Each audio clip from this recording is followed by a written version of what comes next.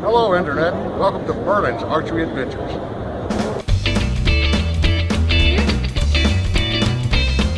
Okay, so let's have a look at the Hoyt Dorado. I really do apologise for not getting this video out sooner. I have been promising for ages to do this video, but the weather just has been so terrible the end of last year and the beginning of this one. But we've got a nice dry day today, so I thought we'd come out and have a look at this. But yes, the Hoyt Dorado. It weighs in a mass weight of 2.5 pounds. You've got your nice short 19-inch riser, blackout riser. You can only get the blackout riser on the Dorado. And you've got a choice of limbs. You've got maple limbs, which these are. You've got a blackout limb, and then you've got the camo limb. If you remember when I did the unboxing video, we had the blackout limbs, and I think the maple limbs make for a much nicer looking bow. The quality on them is far nicer than that of the blackout limb. So yeah, I'm really happy the fact that I've got hold of the maple limbs. I think it does make for a really nice looking bow. Again, you've got your low Hoyt traditional grip, which I'm a big fan of, as you know if you've seen the buffalo video. But unlike the buffalo, this bow is designed so you can shoot it off the shelf or use a rest and a pressure button. But I've got it set up to shoot off the shelf because that's just the way I like to shoot. But it does come with this big, thick, spongy pad that packs out the center shot, so you can get those arrows tuned in quite nicely. Comes with a D97 Dynaflight traditional Flemish twist string, which, as you know, I'm a big fan of. But yeah, it's a nice little bow. Comes in a variety of lengths. It comes in 80. No, it doesn't. It comes in a 58-inch length and a 60-inch length, and a variety of poundages from 35 pounds all the way up to 65 pounds. This happens to be the 60-inch 45-pound model. So I think what we should probably do is go and have a little shoot with it and see how we get on, see how she handles. And that's probably the best bet, so I'll see you in a second. Okay, so let's send a few arrows downrange from the Dorado, see what it's like to shoot. We're standing about 15 yards away from the target, so we're not crazy distances, but it'll give us a good idea of how she shoots and so on. But yeah, we're going to use Axis Trad Carbons again. These weigh in at just under 400 grains. But what I'm going to do, I'm going to put it through a Crony in a bit, but I'll put all the information on the screen so you get a bit more of an idea of how quick she actually is. But let's just send a few arrows down and just get a bit of a feel for the bow.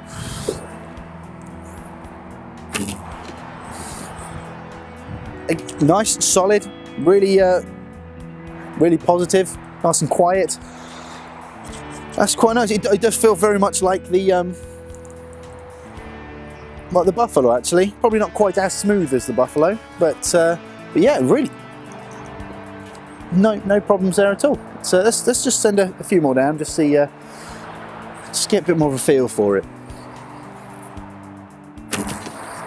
Nice. Feels a lot quicker than the buffalo, but again, this is 10 pounds heavier than the buffalo, so it's yeah, probably will. Yeah, it feels nice, positive. There's no, you can feel the shot. It's not like the Win and Win where it was just really overly engineered and you just couldn't feel anything. And not that I'm saying anything about the Win and Win. That was a superb, beautiful bow. But yeah, the Hoyts are just a little bit more rough and ready, and that just suits the way I shoot. But it's all just personal preference at the end of the day. You like what you like. But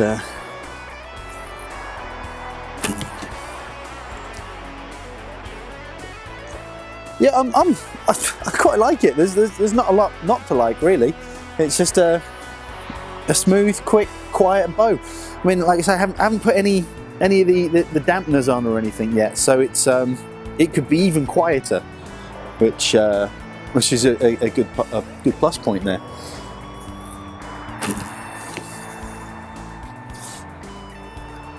Yeah, I'll send the last one down. So I'll send this last one down, then we'll have a little wander around and we'll shoot it a little bit more, try and get some nice angles of the bow and things, so you can see how she works. But yeah, not a bad little bow.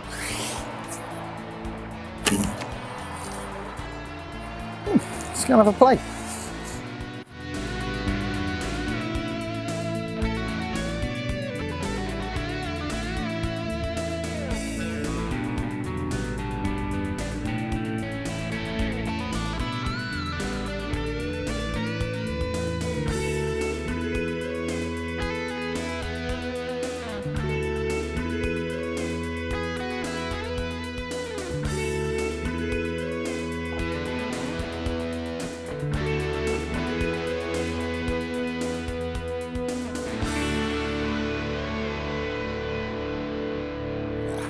so that has been the Hoyt Dorado.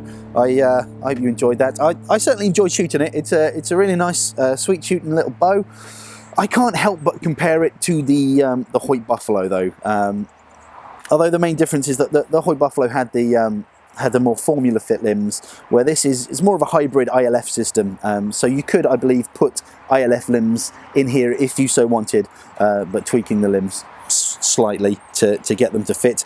But yeah, it is a sweet shooting little bow. It's a little bit shorter on the whole than the Buffalo, so it feels a little bit quicker and it feels a little bit more aggressive. But then again, this is 10 pounds heavier than the Buffalo I was shooting. But no, it's a nice, quick, smooth shooting little bow. It's just got that pick up and play sort of feel with it. You can just pick it up and start slinging arrows without having to tweak it too much.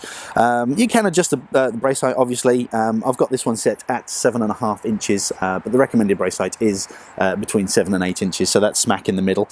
But yeah, I love the fact that you can gear it up to shoot off the shelf or use a rest should you so want to. It gives you more options when shooting it. You're not limited to just one style of shooting, just like the Buffalo. So you can shoot it that way. And I do like the way that it is tapped for a sight. Should you want to put a sight on it, theoretically you could set this up as a target style recurve if you really wanted to.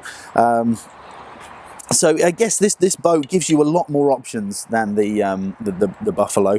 To be honest, shooting it, there doesn't really feel that much in it. If I'm completely honest, I enjoyed shooting them both, mostly down to that grip. It's really nice. It's so refreshing to find a nice low grip on a trad style recurve. It's something I do struggle with, but no, I've two bows that are really comfortable to shoot there. But this bow isn't without its downsides. Again, probably similar downsides to the Buffalo. It's the finish on it isn't great. Now I've been pulled up by a couple of people who say, "Oh, Hoyt finishes are amazing," and I agree. On the anodized target bows, they are gorgeous. But on these powder coated trad style bows, the finish isn't great. I mean, it looks like overspray on some of the areas.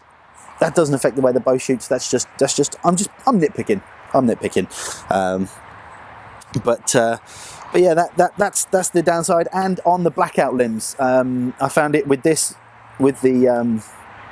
when I did the unboxing, that it had the blackout limbs in there, and also I had the blackout limbs on the Buffalo, and they're just painted, they're just sprayed, and it doesn't feel very nice. And you know, after a few shots with it, the paint had started to come off underneath the underneath the limb. So if you are going to go for one of these bows, I would definitely go for the wood limb rather than the blackout limb. It just feels much more high quality than the blackout limb.